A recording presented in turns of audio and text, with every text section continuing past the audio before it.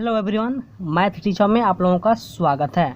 तो चलिए, इसके पिछले वीडियो लेक्चर में हमने डिस्कस किया था law of union of sets. ठीक है, तो यहाँ पे हम लोग यूनियन नहीं इंटरसेक्शन ऑफ सेट्स देखेंगे, law of intersection of sets. आज के वीडियो लेक्चर में हम लोग यही डिस्कस करने वाले हैं। ठीक है, तो चलिए, वीडियो लंबा ना हो इसलिए हम लोग जल्दी जल्दी थोड़ा समझने की कोशिश करेंगे। देखिए, बिल्कुल जैसा ही हमने यूनियन ऑफ सेट्स में पढ़ा था, तो यहाँ पे A union B is equal to B union A होता था। तो यहाँ पे यूनियन नहीं है, यूनियन की जगह पे यहाँ पे इंटरसेक्शन का सिंबल दिया हुआ है। ठीक है, तो A intersection B is equal to होता है बी इंटरसेक्शन ए के। इसको भी हम लोग कम्युनिकेटिव ही लॉ बोलते हैं। जैसे कि हमने union of sets, law of union of sets के अंदर भी इसको कम्युनिकेटिव लॉ ही बोलते थे, लेकिन वो जो कम्युनिकेटिव लॉ था यूनियन के लिए था और ये जो कम्युनिकेटिव लॉ है इंटरसेक्शन के लिए है। ठीक है, चलिए अब सेकंड में देखते हैं। A intersection B intersection C is equal to A intersection B intersection C के इक्वल होता है। तो इसको हम लोग एसोसिएटिव लॉ बोलते हैं इंटरसेक्शन के लिए। ठीक है, जैसा हमने, जिसने पिछले वीडियो लेक्चर नहीं देखा था वो डिस्क्रिप्शन बॉक्स में जाके लिंक है, वहाँ से देख सकता है। और आप जब पिछला वीडियो देखिएगा तो और बहुत अच्छे से क्लियर होगा। चलिए अब यहाँ पर थर्ड नंबर देखते हैं। A intersection A is equal to A. जब हम लोग ए का स्वयं ए के साथ इंटरसेक्शन निकालेंगे तो इक्वल हो जाएगा ए के। इसको आइडेम्पोटेंट लॉ बोलते हैं। चलिए फोर्थ में देखते हैं। A intersection phi is equal to phi intersection A is equal to phi. देखिए, फाई क्या होता है? एक रिक्त समुच होता है, रिक्त समुच। ठीक है, रिक्त समुच का मतलब क्या होता है? वो एक भी एलिमेंट कंटेंट नहीं करता है, यानी कि a set containing no element at all is called empty set और null सेट, या और यहाँ पे void सेट। देखिए, ये जो फाई होता है, ये एम्प्टी सेट को हम लोग फाई से डिनोट करते हैं। ठीक है, फाई एक ऐसा सेट होता है जिसके अंदर वो एक भी एलिमेंट को वो कंटेंट नहीं करता है, यानी कि वो फाई जो होता है एक रिक्त समुच होता है, खाली समुच होता है। ठीक है, यानी कि ए का इंटरसेक्शन हम लोग जब फाई से निकालेंगे तो वो क्या होगा? फाई के इक्वल ही हो जाएगा, यानी कि कुछ नहीं बचेगा, कुछ नहीं एलिमेंट आएगा। इसको हम लोग देखेंगे तो आपको क्लियर समझ में आएगा। फिलहाल में आप इसको देखिए। चलिए 5 नंबर देखते हैं। ए इंटरसेक्शन जब हम लोग यूनिवर्सल सेट निकालते हैं U, A intersection U is equal to, अगर यू इंटरसेक्शन ए, ये दोनों हम लोग निकालते हैं तो वो इक्वल होता है ए के। यहाँ पे you is the identity for, यहाँ पे इंटरसेक्शन के लिए ये यू जो है आइडेंटिटी है, यानी कि देखिए आइडेंटिटी का मतलब क्या होता है? यानी कि आइडेंटिटी मतलब किसी की आइडेंटिटी मतलब वन, यानी कि इकाई। आइडेंटिटी का हिंदी ही होता है इकाई। तो बेसिकली यहाँ पे law of intersection of sets के अंदर हमने कम्युनिकेटिव, एसोसिएटिव, आइडेम्पोटेंट, ठीक है, यहाँ पे बहुत से हमने लॉ को देखा। तो यहाँ पे देखे हैं तो ये तो आपका हो गया डायरेक्ट, आप इसको किताब में दिया हुआ है तो हमने डायरेक्ट आपको बता दिया ये होता है। ठीक है, लेकिन आपके मन में ये चल रहा होगा ये तो होता है, लेकिन ये कैसे होता है? इसको हम जानेंगे तो और अच्छा मज़ा आएगा। ठीक है, तो बस हम लोग ये जानेंगे नहीं इतना होता है, ये भी जानेंगे ये कैसे होता है। ठीक है, तो बेसिकली हम लोग पिछले वीडियो लेक्चर में यूनियन के लिए तो समझाया था A union B is equal to B union A कैसे होता है। यहाँ पे इंटरसेक्शन के लिए देखेंगे एक बार, A intersection B is equal to B intersection A कैसे होता है। ठीक है, इसको भी हम लोग देखेंगे, ऐसा नहीं है सिर्फ यूनियन के ही देखेंगे, यूनियन के लिए ही। चलिए यहाँ पे लेट एग्जाम्पल हम लोग मानते हैं। ए इज इक्वल टू कुछ भी मान लीजिए अपने मन से, ऐसा नहीं हम बोलेंगे वही लेना है, कुछ भी ले लीजिए, 2 4 7 8 कुछ भी माना है। यहाँ पे बी इज इक्वल टू हमने कुछ भी माना है, यहाँ पे 7 8 9 6। ठीक है, कुछ भी यहाँ पे माना। ठीक है, यहाँ पे ये नहीं है जो यही मानना है। ठीक है, चलिए अब यहाँ पे क्या करना है, जब हम लोगों को फर्स्ट में यहाँ पे देख लेते हैं थोड़ा, ए इंटरसेक्शन बी फाइंड करना है और उसको इक्वल दिखाना है बी इंटरसेक्शन ए के होता है। ठीक है, तो चलिए यहाँ पे हम लोग ए इंटरसेक्शन बी फाइंड करेंगे। ठीक है, ए इंटरसेक्शन बी फाइंड करेंगे। सबसे पहले यहाँ पे ए को हम लोग लिखेंगे 2 4 7 और 8। यहाँ पे इंटरसेक्शन है और बी की जगह पे क्या है? 7 8 9 और 6। अब ए इंटरसेक्शन हम लोगों को बी दिखाना है यहाँ पे। ठीक है, तो चलिए, इंटरसेक्शन का मतलब क्या होता है? कॉमन। बेसिकली मेन चीज़ ही है कॉमन, यानी कि दोनों एलिमेंट के अंदर, दोनों सेट्स के अंदर, जो यहाँ पे फर्स्ट सेट हमने माना है ए और यहाँ पे सेकंड सेट माना है बी, दोनों सेट्स के अंदर वैसा एलिमेंट जो दोनों सेट्स में मौजूद हो, उसको हम लोग इंटरसेक्शन ऑफ सेट्स जब निकालते हैं तो वही हम लोग लिखते हैं। तो ए इंटरसेक्शन बी निकालेंगे तो यानी कि ए और बी दोनों के अंदर जो एलिमेंट कॉमन है उसको हम लोग लिखेंगे, यानी कि 2 इसमें है 2 इसमें नहीं है तो 2 को नहीं लिखेंगे। 4 इसमें है, 4 इसमें भी नहीं है तो 4 को भी नहीं लिखेंगे। 7 इसमें है, 7 इसमें भी है यानी कि 7 होगा। इसमें 8 है, इसमें भी 8 है यानी कि 8 भी होगा। और बाकी इसमें 9 6 जो है इसमें नहीं है यानी कि ये नहीं होगा। तो आपका जो ए इंटरसेक्शन बी आएगा 7 और 8 का ही सेट बनेगा। ठीक है, चलिए यहाँ पे हमने ए इंटरसेक्शन बी तो फाइंड कर लिया। अब यहाँ पे हम लोगों को ए इंटरसेक्शन बी से फाइंड नहीं कर काम नहीं चलेगा, यहाँ पे हम लोगों को बी इंटरसेक्शन ए भी फाइंड करना होगा। तो चलिए बी की जगह पे क्या है 7 8 9 और 6 यानी कि 7 8 9 और 6 यहाँ पे इंटरसेक्शन। और एक जगह पे क्या है 2 4 7 8 2 4 7 और 8। तो चलिए यहाँ पे हम लोग निकालते हैं। तो इंटरसेक्शन का मतलब हमने बताया ही है, जो दोनों में कॉमन है, दोनों में मौजूद हो। तो 7 इसमें है, 7 इसमें भी है तो 7 को लिखेंगे। 8 इसमें है, 8 इसमें भी है तो 8 को भी लिखेंगे। 9 इसमें है, 9 इसमें नहीं है। 6 इसमें है, 6 इसमें नहीं है, यानी कि जो सेट होगा 7 और 8 का ही होगा। तो यहाँ पे आपको दिख रहा होगा ए इंटरसेक्शन बी हमने फाइंड किया है तो 7 8 आया है, और बी इंटरसेक्शन ए भी फाइंड किया है तो 7 8 आया है। तो यहाँ पे इसलिए आपको साफ साफ यहाँ पे दिख रहा होगा ए इंटरसेक्शन बी जो होता है बी इंटरसेक्शन ए के इक्वल में होता है।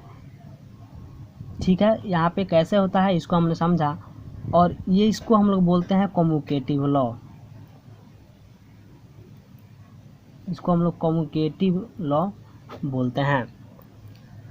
तो बेसिकली यहाँ पे हमने समझा law of intersection of sets में कम्यूटेटिव लॉ किसको बोलते हैं, A intersection B is equal to हो जाए बी इंटरसेक्शन ए को तो उसको हम कम्यूटेटिव लॉ बोलेंगे। और कैसे होगा ये आप यहाँ पे एग्जाम्पल की मदद से देख चुके होंगे। ठीक है, तो चलिए अब यहाँ पे पिछले वीडियो लेक्चर में भी हमने कम्यूटेटिव लॉ को बताया था, एसोसिएटिव लॉ को बताया था। तो यहाँ पे हम लोग एसोसिएटिव लॉ को नहीं बताएंगे। एसोसिएटिव लॉ को आप अपने से सॉल्व कीजिए, अपने से प्रैक्टिस कीजिए तो आपको अच्छा सा समझ में आएगा। जो हमने पिछले वीडियो लेक्चर में नहीं बताया था उसको आज हम लोग इस वीडियो लेक्चर में डिस्कस करेंगे। ठीक है, तो चलिए यहाँ पे आइडेम्पोटेंट लॉ जो है इसको हमने पिछले वीडियो लेक्चर में नहीं बताया था तो इसको हम लोग समझते हैं। ठीक है, तो चलिए आइडेम्पोटेंट लॉ क्या कहता है, ए इंटरसेक्शन ए यानी कि स्वयं के साथ इंटरसेक्शन अगर फाइंड करेंगे तो इक्वल हो जाएगा ए के ही। इसको हम लोग देखेंगे। ठीक है, तो चलिए यहाँ पे हम लोग लेते हैं third number, A intersection A is equal to होता है ए के, यही हम लोगों को दिखाना है।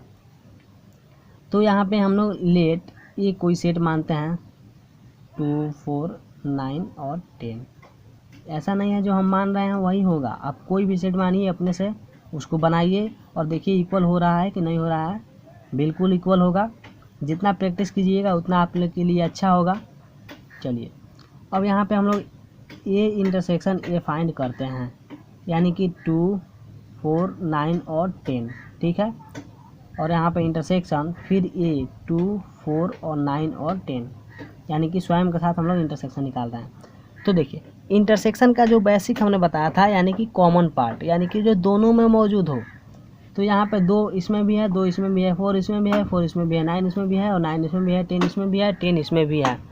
देखिए जो यहाँ पे एक चीज़ आपको दिख रहा होगा, ये दो देखिए इंटरसेक्शन यानी स्वयं के साथ निकाल रहे हैं यानी कि जाहिर सी बात है जितना भी एलिमेंट इसमें होगा इतना ही एलिमेंट इसमें होगा क्योंकि दोनों सेट ए है। तो चलिए अब यहाँ पे इंटरसेक्शन निकालेंगे तो 2 4 9 और 10 ये टोटल एलिमेंट इसमें हो जाएगा क्योंकि इसमें भी ये एलिमेंट मौजूद है। तो यहाँ पे जो हमारा निकल के आया वो इक्वल है आपके ए के 2 4 9 10 2 4 9 10 यानी कि हमने ए इंटरसेक्शन ए निकाला तो वो इक्वल हो गया ए के। और यही तो आपका आइडेम्पोटेंट लॉ कह रहा है, ए इंटरसेक्शन ए निकालने पे ए हो जाए।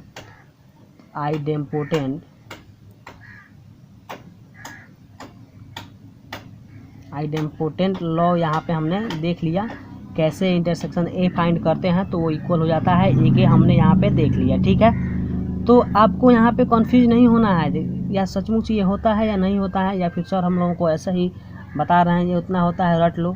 तो रटने वाला काम नहीं, जो भी हम बताते हैं उसको बिल्कुल स्टार्ट से बताते हैं, बिल्कुल बेसिक से ये कैसे होता है क्यों होता है ये सब हम बताते हैं। ठीक है, तो वहाँ पे कंफ्यूज नहीं होना है।